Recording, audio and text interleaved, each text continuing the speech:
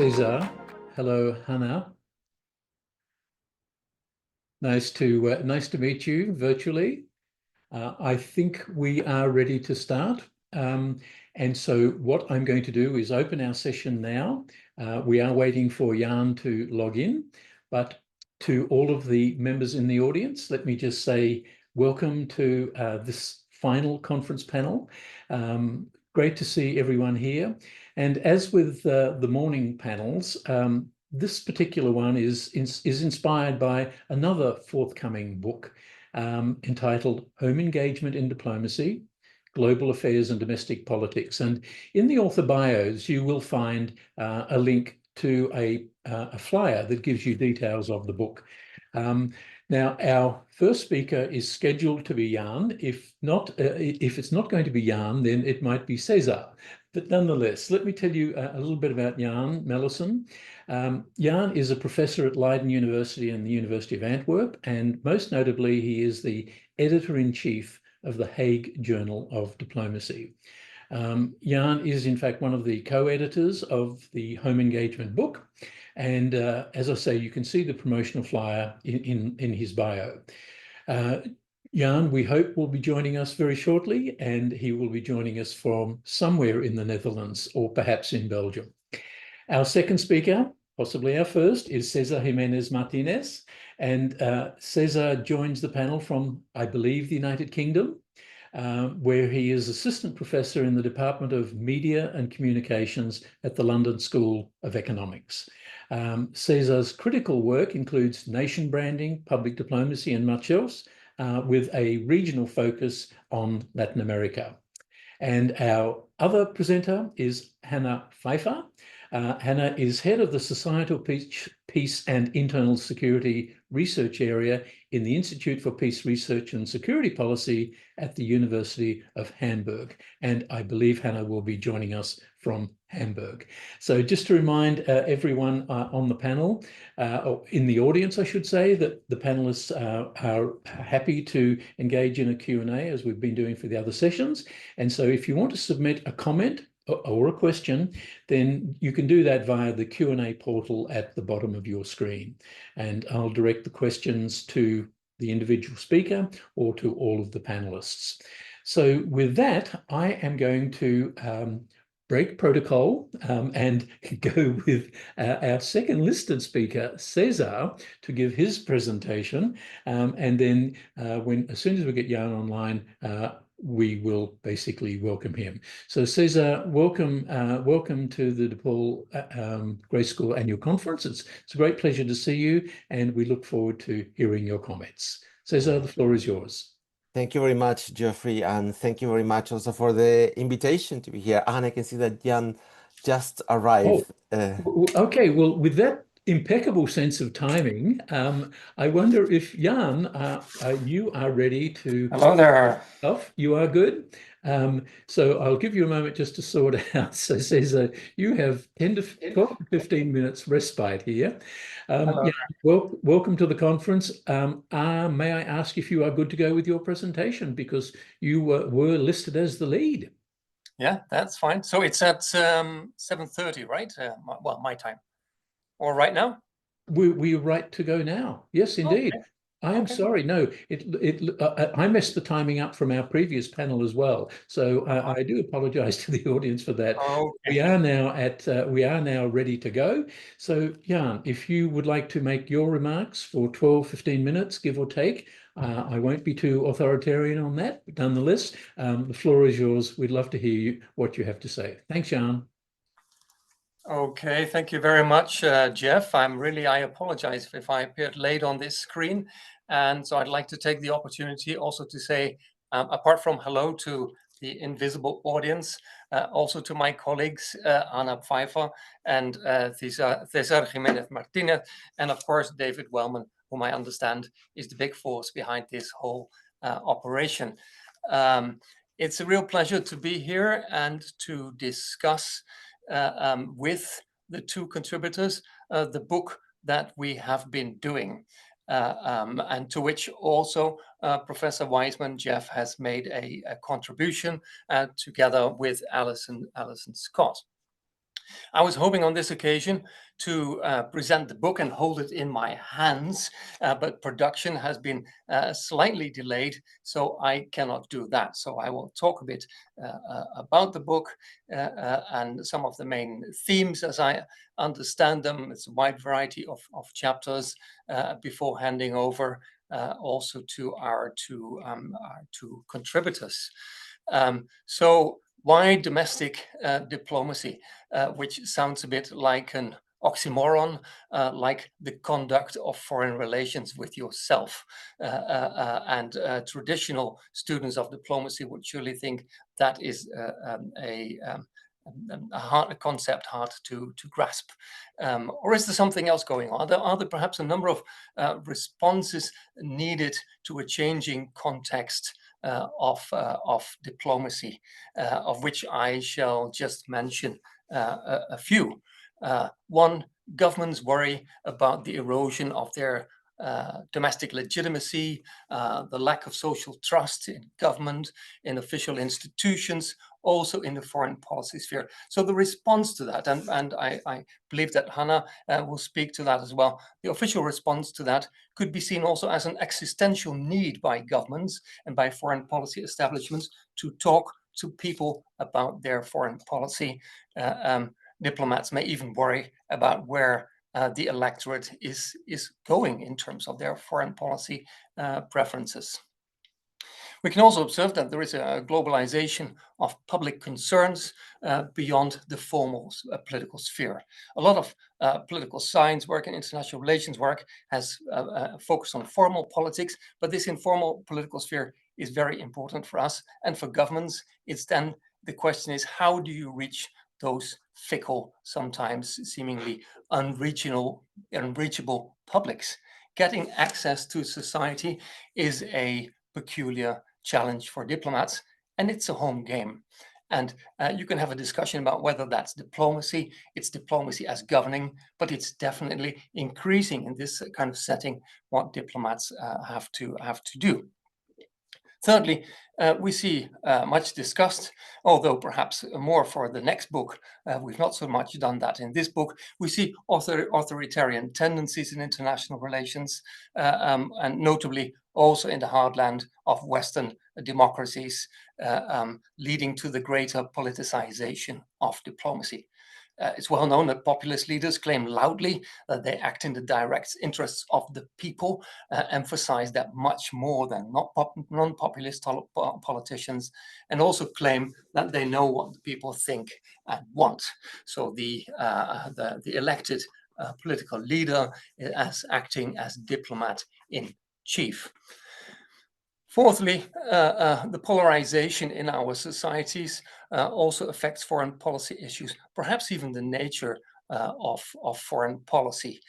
When you look up the traditional different definitions of what foreign policy is, I imagine that it is much more seen at a popular level now as, to put it very bluntly, a series of threats that come in one way or another from abroad, whether it's a global environmental degradation, whether it's a threat of international terrorism, whether it's how migration is perceived to affect stability and safety and economic prosperity at home. So what is foreign policy? Is perhaps may also need a new discussion. Migration is perhaps a typical topic where one, from a traditional point of view, one would say that's not a foreign policy topic. But people do relate it, of course, very much to international migration flows, to what comes to them from abroad. So back in 2022, with a small group of researchers, was struck by these and other trends, and we decided to do a small forum in the 4th issue in 2022 of the Hague Journal of Diplomacy, and we called it Home Engagement in International Diplomacy.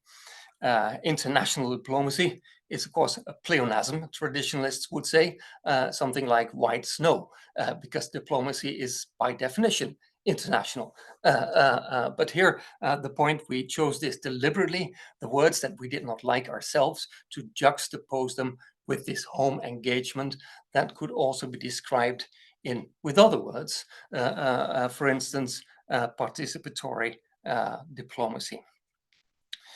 So the title of the book is Home Engagement in Diplomacy, Global Affairs and Domestic Publics.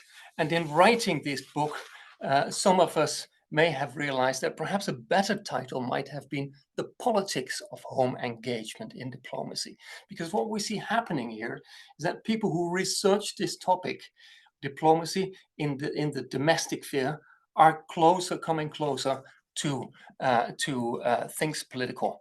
And many students of diplomacy have always felt very comfortable analyzing diplomacy, but perhaps not in the first place as a political topic. So I think there is a lot for us to tease out there, even after this book, sort of a slow realization as we were doing this book. Hey, this is more political perhaps than we expected. So uncharted political waters for students of diplomacy to an extent who have always felt much more comfortable away from politics, studying the processes and institutions of international relations. So briefly, I would like to talk a little about the book and about some key points in my co-authored chapter with Gitma Chandrasekhara, who's a former student at Leiden University and is now a researcher in Sri Lanka. Interesting, Jeff, is that you and I have both written a chapter for this book with a student and with a former student. And I think we've done that on purpose. And there are very good reasons for doing that. What are these good reasons? And that perhaps the old dogs in our profession have a lot of experience, but they are also carrying a certain path dependency in the way, intellectual path dependency, in the way they look at international issues, perceive them and study them. And that is where working with a student or a former student, I call it intergenerational collaboration, can be extremely refreshing, very refreshing, also rewarding, but of course, there's so much to read. And with two, you are more learned than one. You can do more than as a single author. So this project is, I think, deliberately a project that looks at also teams of authors that are intergenerational. There are two students, a former student recently graduated on board of this team of authors. It's also a book that is very much an example of intercultural collaboration. And that, I think, is also very much we've done that on purpose. Often you see that edited books are written by friends in the profession, colleagues from the same citation community. We have walked out of that comfort zone, also thinking deliberately, well, if you want to understand the world today, if you want to understand diplomacy today, it's not good enough to just see that in a European, North American, transatlantic setting. So we really also need the cultural sensitivity of authors who either are originally from other places or who are literally now from other places. So the chapters are from authors in North America, in Europe, and also a number of countries in Asia. I already mentioned Sri Lanka, but also South Korea, China, and Japan. So that's a bit of philosophy under, well, when you put such a book together, think of how you put the team together, intergenerational and also cross-cultural. This is deliberate. So what's the book about? The book zooms in on state-society relations as a theme for the study of diplomacy. And in Europe, we're always, I think, a bit more modest with making claims, but I think we can claim here that is arguably the most neglected aspect of the field of the study of diplomacy, and something that really warrants our attention. So the idea is not that we've written the definitive study, but that we have kicked off something of which we feel that is important, and that goes really much further than the study of public diplomacy, which actually often steers clear of state-society relations. So the book is about the interdependence and dialogue between government diplomacy and the societies that diplomacy is meant to serve. And that is, of course, a space where we see sub-state actors, social movements, but also individuals. And in the study of international relations, but also in the study of diplomacy, we see that the individual has, well, hardly received attention. Actually, the whole domestic scene has been extremely problematic in the study of IR, stayed out of the theoretical gaze of mainstream international theories, and frankly, has also stayed out of view for most students of diplomacy. Of course, I didn't put it in the book as I say it now, but many people who choose for a diplomatic career, they want to be diplomat because they want to go abroad. And many people who study diplomacy because they see it as a sub-branch of international relations. They want to study things international. And that's not the theoretical argument we make in the book, but I think for the talk, it's sort of at a more intuitive level, it shows us how interests have gone in an other direction than studying the domestic. We're more focused on the informal political sphere, and that's also where César will say more about with a critical look at the subject, which is really welcome in the book. And César also makes another point. He says, well, actually, a lot of diplomatic studies is suffering from methodological statism, from a focus on the state. And that is often an uncritical focus on the state, or it's assumed in diplomatic studies in the field where one could say they're in the epistemological proximity of diplomats, of the state. And it's also assumed that what diplomatic studies should do is make state diplomacy better, give unsolicited advice to diplomats and governments. And with that comes a certain bias that you look at things through a state lens. But when you look at state-society collaboration and state-society dialogue at home engagement in diplomacy, that should not be an automatic assumption. I'm sure that César will address some of those points. So what we try to do in the book is to address the domestic deficit in diplomatic studies, the domestic gap in diplomatic studies. And what we really hope to do is to kick off a discussion where this becomes, will receive more attention. And that's a discussion that goes much further than what has been produced on public diplomacy in the past decades, which is also, by the way, a field that has never really produced too much theory. So the future canon on diplomacy should analyze diplomatic practice at home in the context of state relations, state-society relations, I think is what one could say for all chapters. And that's a place that can get very hot. And I think, Jeff, that is what you have found out yourself by writing your chapter. As Harry Truman famously said, if you can't stand the heat, stay out of the kitchen. Well, when you write a chapter about engaging citizens in a polarized society like the United States, you are closer to that kitchen. And that is perhaps also a space where students of diplomacy have to learn that they are engaging with something that is deeply political, certainly deeply political for the diplomats themselves, but somehow miraculously, students of diplomacy, in my view, have often stayed away from that, sort of depoliticized the object of their study. So broadly speaking, we're trying to also to give a bit of an impulse with this study to a number of things, like one of them more focus on experimentation in diplomacy. And that is where Hanna will also talk about.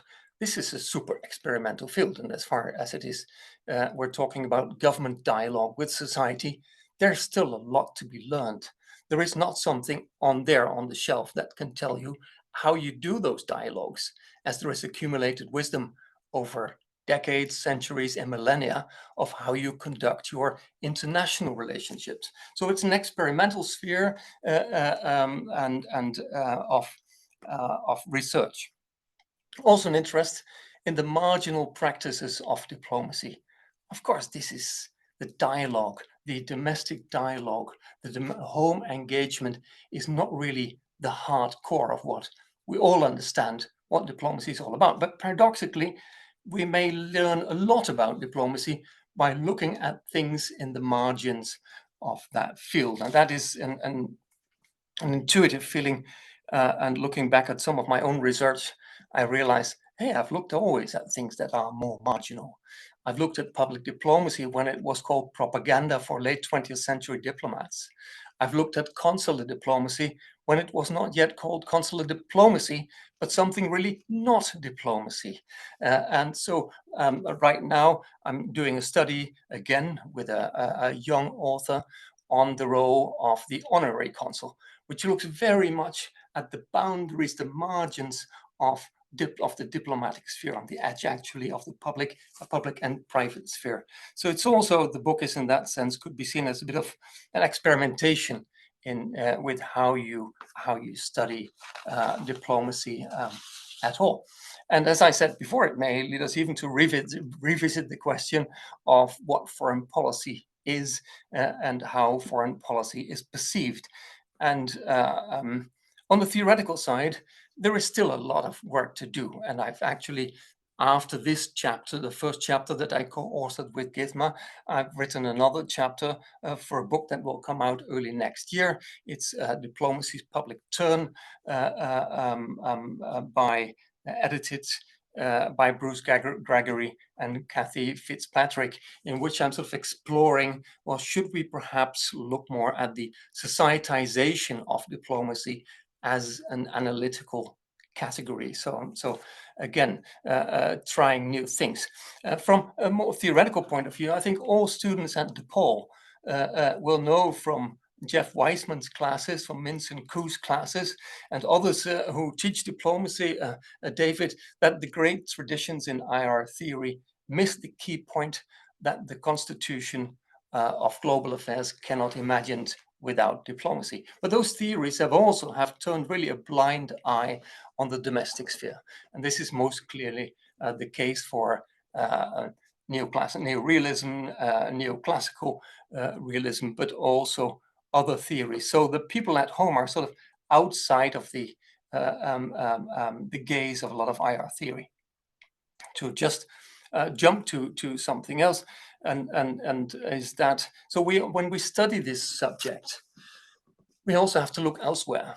And we have to look elsewhere. We have to look at what has been produced in political science, what has been produced in public administration. Does perhaps the sociology of governments, totally other fields of literature, can inform us in getting a better understanding of what we're talking about here. Do I get 2 minutes, Jeff, or I should wrap up? No, please take 2 minutes, Jan. Yeah, okay. So, yeah, so the point that main IR theories have turned a blind eye on diplomacy. They can't really handle diplomacy, have little to add to what diplomacy is all about. Mutatis mutandis, the same could apply to what does mainstream IR theory say about the domestic sphere. So we should look elsewhere. I've already talked about the obsession with the state, which is totally natural, and I think that César will say a few words to take a more critical look at that. So first of all, then, how to go from here? I would say that first of all, it's interesting to explore whether building all the valuable work that's been done by so many authors on public diplomacy, to cast the net a little wider and say, well, we have to understand not only public diplomacy in its domestic sphere, but also public diplomacy as broader conceived in the context of state-society relations at home. And that's where there is a lot of work still to be done. A second avenue of thought could perhaps be to look at state-society relations in terms of the social contract between the state and its citizens, and then not the social contract in the sense of the transfer of authority to the state, and in that sense the exclusion of citizen agency, but rather more critically to recognize the citizens' agency and their growing expectations also in the international sphere. So diplomatic studies needs to shop much more in other disciplines, and also to understand the diplomacy in its domestic sphere, participatory diplomacy, domestic engagement in diplomacy.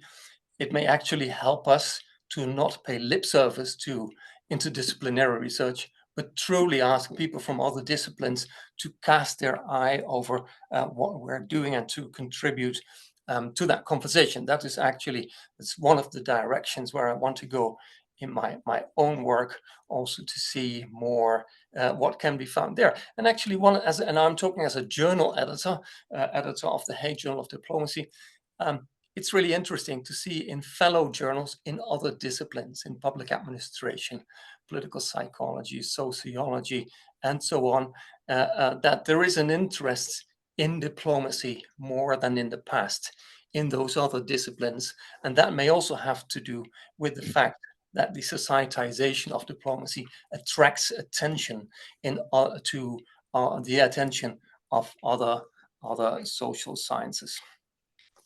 So finally, we recognize that diplomatic engagement with the people at home involves and that's a bridge perhaps to César, if he's going to talk next, and otherwise after Hanna. Diplomatic engagement with the people at home involves the agency of individuals and their ability to deliberate as the smallest units of a democratic society. And that makes it political. That makes home engagement in diplomacy a more political study, perhaps, than many students of diplomacy have realized, and as I'm gradually becoming more aware of myself, thinking about where to go next. So that's it. Thank you so much, Jeff. Thank you so much, Jan. That was really a wonderful tour de force, both from you as an editor of this book, but also as editor of the major journal in diplomatic studies. So really, really do appreciate your comments. I'm now going to turn to César for his remarks. César, the floor is yours. Thank you very much, Jeffrey. I have a few slides that I want to share. Can you see it, I imagine? Yes. Well, first of all, thank you very much, Jeffrey, David, also Mildred, for coordinating the participation invitation here. And good evening from London right now. And also I wanted to say thank you very much to Jan for inviting me to contribute a chapter to this wonderful book that I'm really looking forward to the moment in which it's available and we can share it with everyone. And Jan just gave a really, really great framework summarizing the main themes of the book, and I'm going to do a zoom into some of the ideas that I communicated in my chapter, which focuses very much on what happens with the role of citizens in some of these processes that we're discussing. Just to warn you, as Geoffrey and Jan already mentioned, I'm a critical scholar, therefore I offer more questions rather than answers, but for me there is a value in providing those questions. To give you a little bit of context, as Geoffrey said, I work in the Department of Media and Communications at LSE, and therefore that is the viewpoint that I have towards many of these topics. I do not come from political science, I do not come from international relations, but basically my perspective is one of the social transformations around media and communications. And from that, I have written about topics like nation branding, public diplomacy, a little bit about soft power, and also using Latin America as the area that I'm looking at. I am originally from Chile, and that's why that's my relationship with the region. As Jan was already saying, there's quite often discussions on diplomacy take the perspective of the state, and that's understandable. But because of that, they fall into what I be calling my research a methodological statism. So basically, a focus on what the state does when communicating specifically versions of national identity. And a symptom of that, this is one of the many definitions of diplomacy floating out there. But this one already said that conduct of relations between sovereign states, world politics by official agents, peaceful means. So again, that already tells us something, that not everyone can represent the state, but there are only official agents. And although there have been also discussions about citizen diplomacy, saying that states are not involved, there's people to people, etc., citizen diplomacy still is considered a tool of statecraft. So still is considered citizen diplomacy when it helps states to reach their aims. So some of the assumptions in these discussions is that, number one, the relationship between states and citizens is harmonious. So basically, the states are representing the interest of citizens, and the citizens also communicate their viewpoints to the state. Right? And it also assumes, especially when we're talking about the diplomacy of national states, that nation states have some level of homogeneity, and that therefore the state has an essence and or a voice that can be communicated. Okay?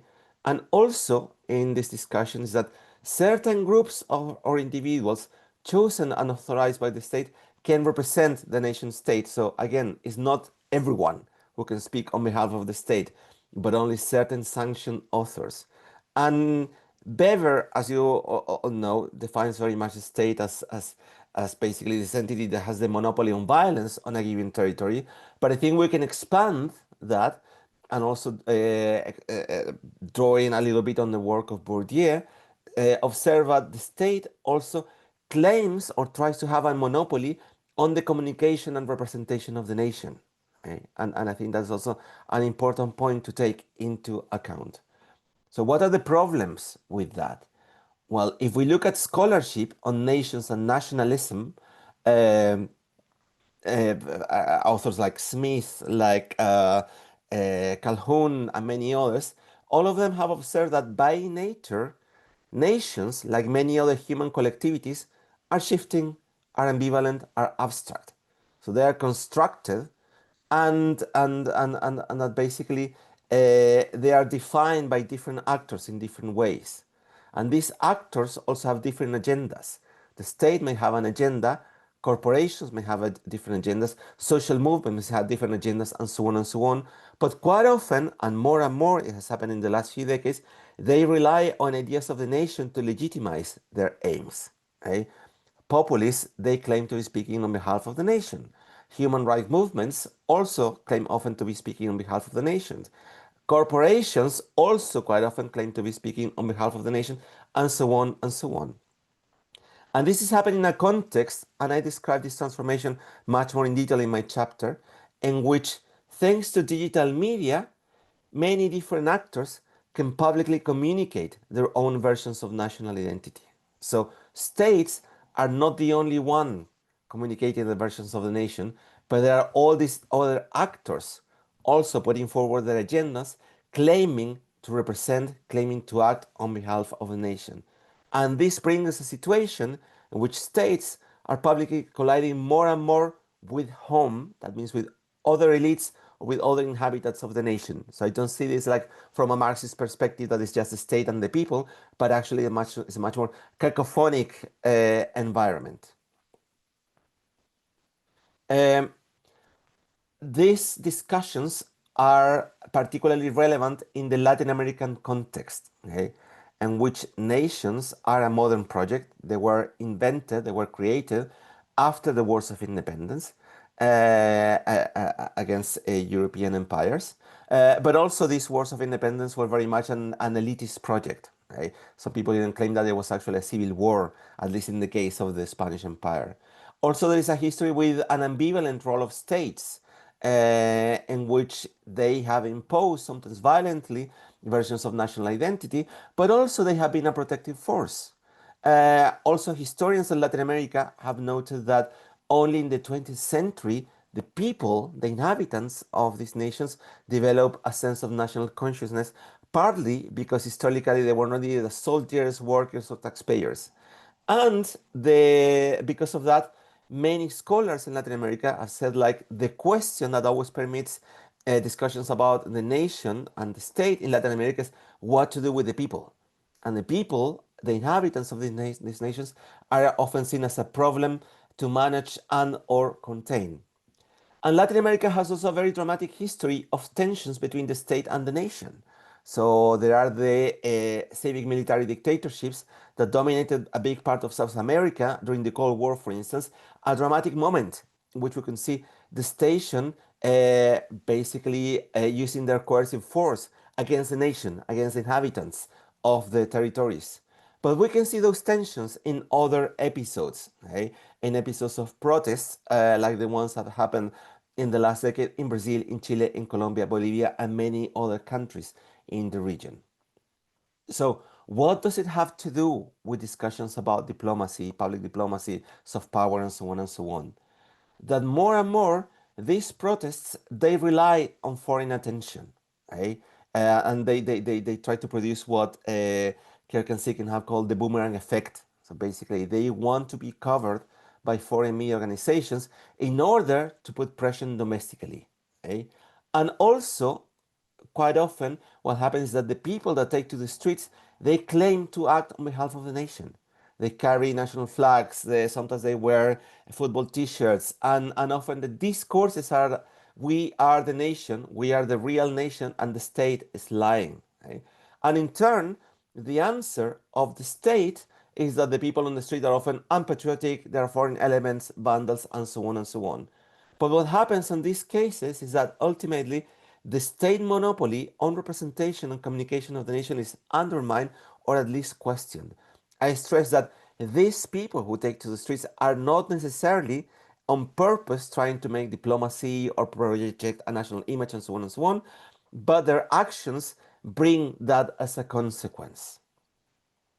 And another way that also explore in the chapter in which we can see these tensions between the state and the people is basically the ongoing development of what has been called bottom-up initiatives to try to incorporate more and more people into public diplomacy, nation branding, or similar campaigns. Okay? So there is an acknowledgement that people need to be incorporated. There's an acknowledgement that the state on their own cannot run all these efforts.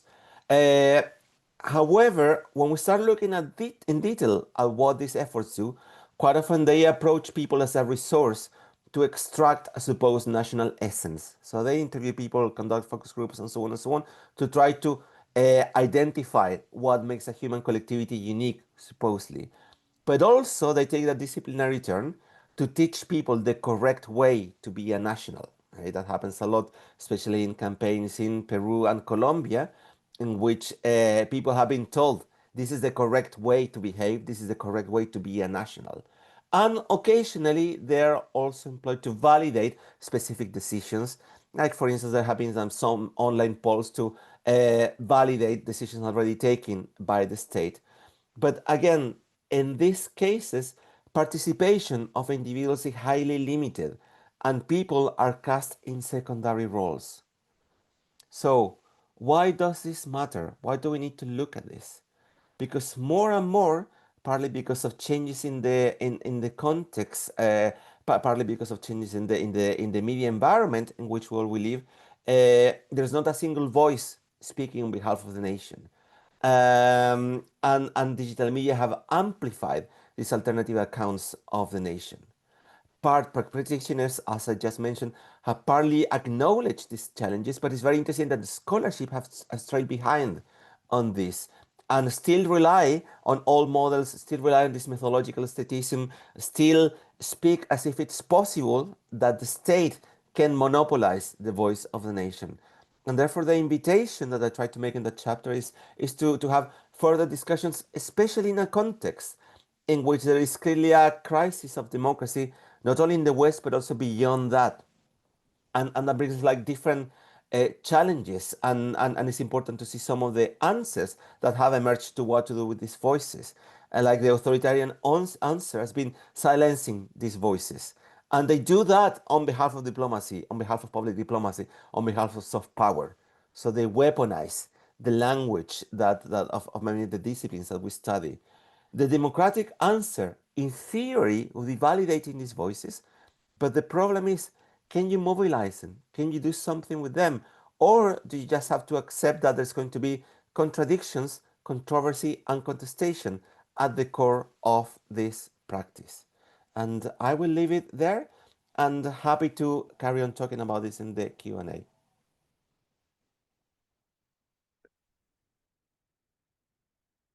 César, thank you so much. I was a little slow on the draw there, but thank you so much for a really wonderful talk. And I think it is so helpful to have critical perspectives. And I think that really bears on what Jan was saying earlier about the idea of avoiding intellectual path dependency. And I'm so grateful to you and to Jan for doing exactly that.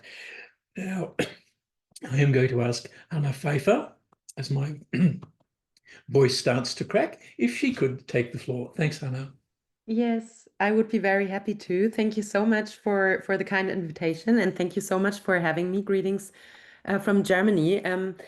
I'm really grateful to you, Jeff, David, and Mildred for having me, but also I'm very happy to slowly but surely get to know all the authors in this wonderful book. So Jan, we already met. I also met some other authors, and now two more, at least digitally. So that's wonderful. I'm also going to try to share some slides. I will do that now.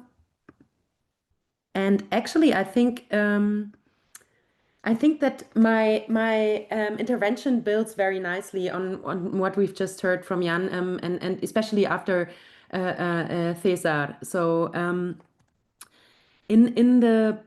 as we've already heard, the scholarship on public diplomacy has long stressed the relevance of foreign publics for achieving foreign policy goals.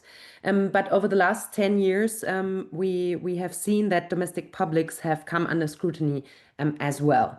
And in the chapter, in this book that you've already heard about so much, we follow an understanding of domestic public diplomacy that refers to instances in which the domestic public is treated as target, partner, or interlocutor with which public diplomacy relationships are to be developed and conducted by representatives of the state in which they live.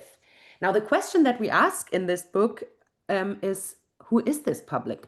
And actually, that's where, César, I think we have many overlaps, because first of all, Anna Geis, Christian Opitz, my co-authors, and I, we diagnosed that there is no single domestic public in foreign policy, and rather the public is constituted and reconstituted at critical junctures in foreign and security policy by being addressed and engaged by elites. So many of the pictures that you've shown, I think, would speak to this. The public forms in these interactions but as a specific time-bound public. And there are also competing publics, as I will show you later. Conversely, practices of interaction with the public enter a domestic public diplomacy repertoire. So there is learning over time. Their elites can actually resort to practices that they have engaged in the past, and they might resort to earlier forms of engagement. So we will now move from Latin America to Germany. So bear with me. I know that not all of you will be experts on Germany. But we scrutinize in this chapter how the public was repeatedly constituted, reconstituted, and modified in various important decisions of German foreign policy in recent decades. I should say that we focus on elites here. We've heard from César that the bottom-up perspective would also be important, and I will get back to this point in my conclusions. So we use crises in German foreign policy as sort of analytical units, as we assume that at these critical junctures, there is also the problem to be solved by foreign policy elites, how to address the public. So we go back to until 1990. That is, we only analyze in the chapter Unified Germany for now. So future follow-ups may go further into history. And we looked only at the most severe crises. For sure, there were more crises than I can address now. So the first crisis for German foreign policy was actually the Gulf War. Iraq's invasion of Kuwait that led to a US-led military intervention. Germany at the time was still preoccupied with its reunification and debated the constitutional legality of participating in combat. The then Kohl government ultimately chose not to deploy troops directly, but provided significant logistical, financial, and defensive support to its allies and to Israel. So to the allies and Israel. But in Germany, the conflict sparked widespread public protests in Germany, with mass demonstrations opposing the war, though the intensity of the peace movement declined over time.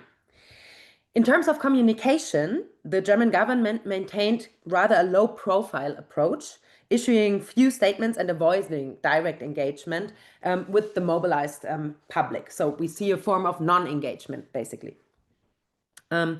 Defense Minister Stoltenberg, it's another Stoltenberg, not the one that most of you will know, the German Stoltenberg, and other decision makers operated largely behind closed doors, dismissing the protests as hypocritical and also as, like anti-American, and they prioritized the transatlantic alliance.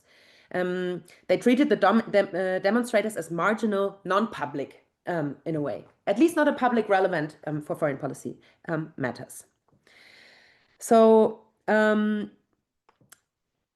while they ignored this mobilized segment of the public, they did imagine another public, which is what they perceived of as the silent majority, which they thought supported the Allied actions.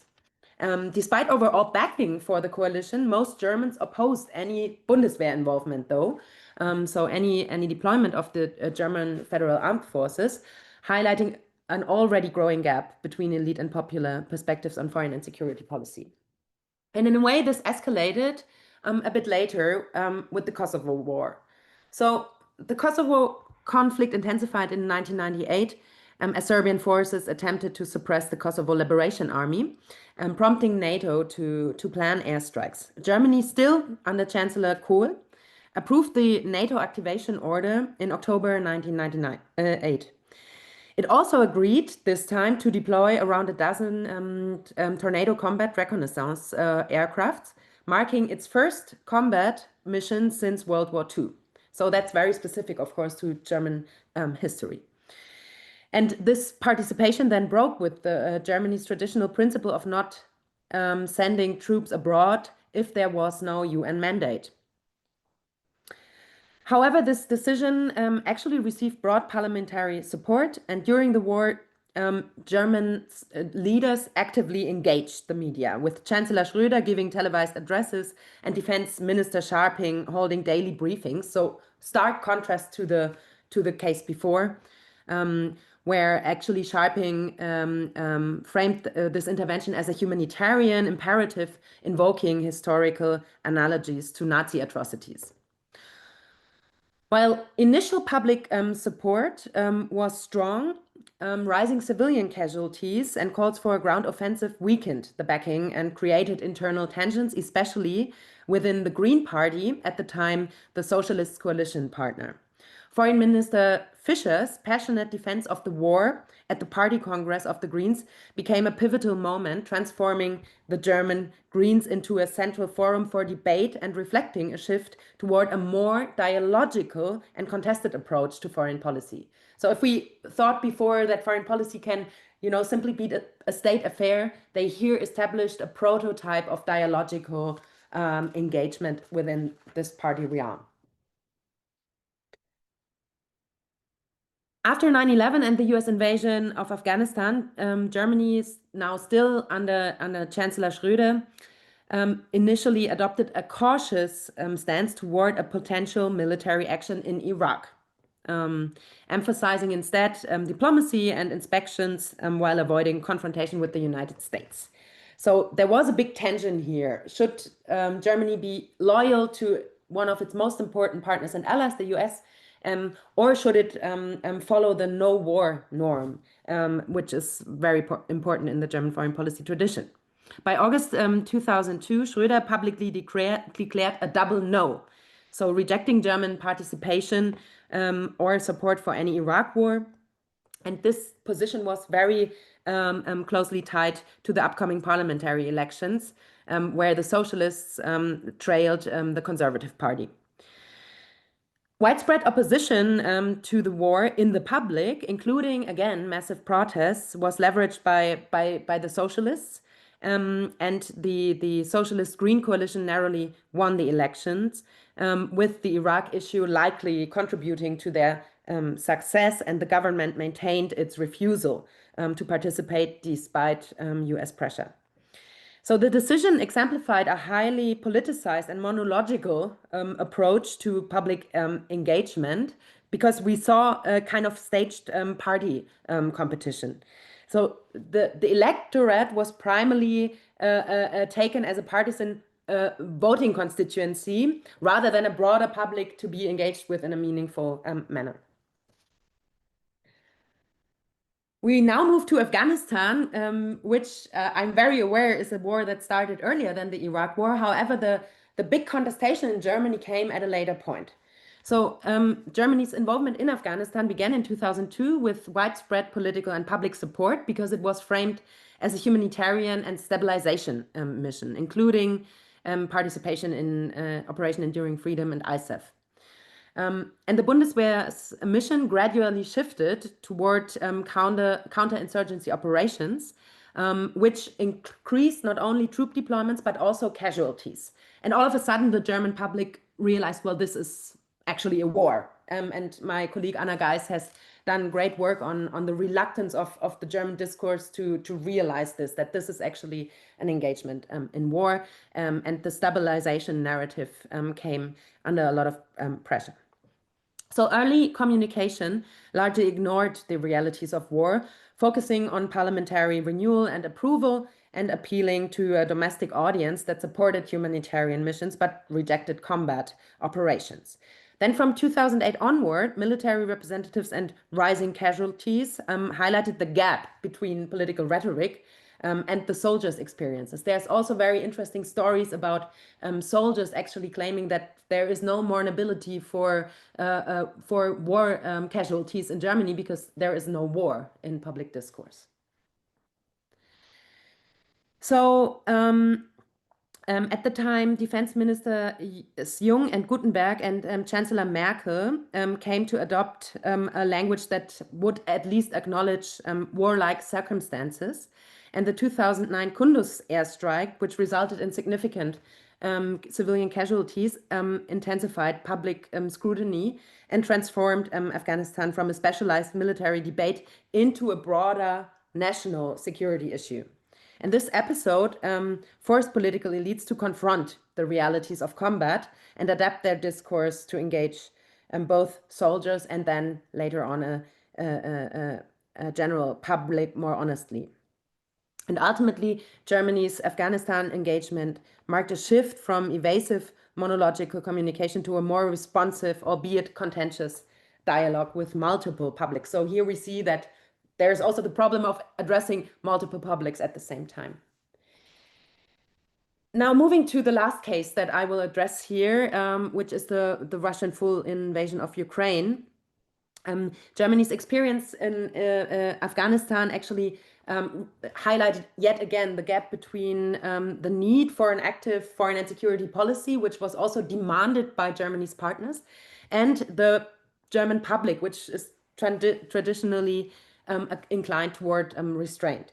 And this challenge then became urgent with Russia's full invasion of Ukraine in 2022. So you might know that at this point in time, Chancellor Scholz announced the so-called Zeitenwende, so a major shift in German foreign and security policy, which came with massive for German terms, massive investment into the military. And of course, this Zeitenwende, this very, like visible and audible change also prompted a broad public engagement with security issues for the first time. So Germans are usually very reluctant to discuss these issues.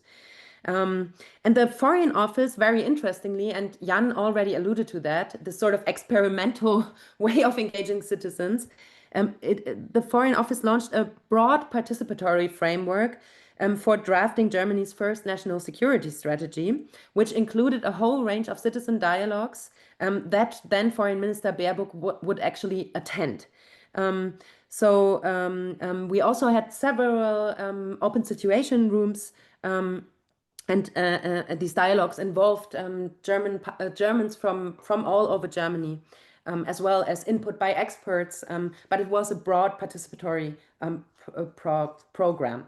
And this initiative marked a significant evolution in public diplomacy, creating a controlled dialogical engagement with a sort of mini-public that balanced citizen participation with political oversight, as we have argued in another article. Maybe to come to an end, I want to sort of point to 2 points that we couldn't address in the chapter, but I think, point to the way forward. So first, and connecting to what César said, we see, of course, also not only constitution through public's addressing of, through elites addressing of the public, but also processes of self-constitution. And we see that particularly in now very contentious issues in foreign policy, which is the Russian war on Ukraine. So we see a significant portion of Germans actually withdrawing support for Ukraine on the far right end, but also on the far left. And then there is Israel-Palestine, where we see a tremendous elite split. So we see an elite mass split. So we see a lot of protests in Germany that point to what is actually, the majority of German public opinion, which is against Germans' policy towards Israel. And this brings me to the second point, which also was already alluded to by César, which is that we see a new form of interaction, at least for Germany, and the cases we saw before, which is new repression. So we see repression of protests in the field of foreign policy. We see especially repression of migrant-led or protests led by post-migrant parts of society. And we see a lot of police violence on these issues of foreign policy. So if you will, there is not only a denial of what is actually the public's opinion in this case, but there is also repression. And with that, I'm coming to an end. Thank you so much.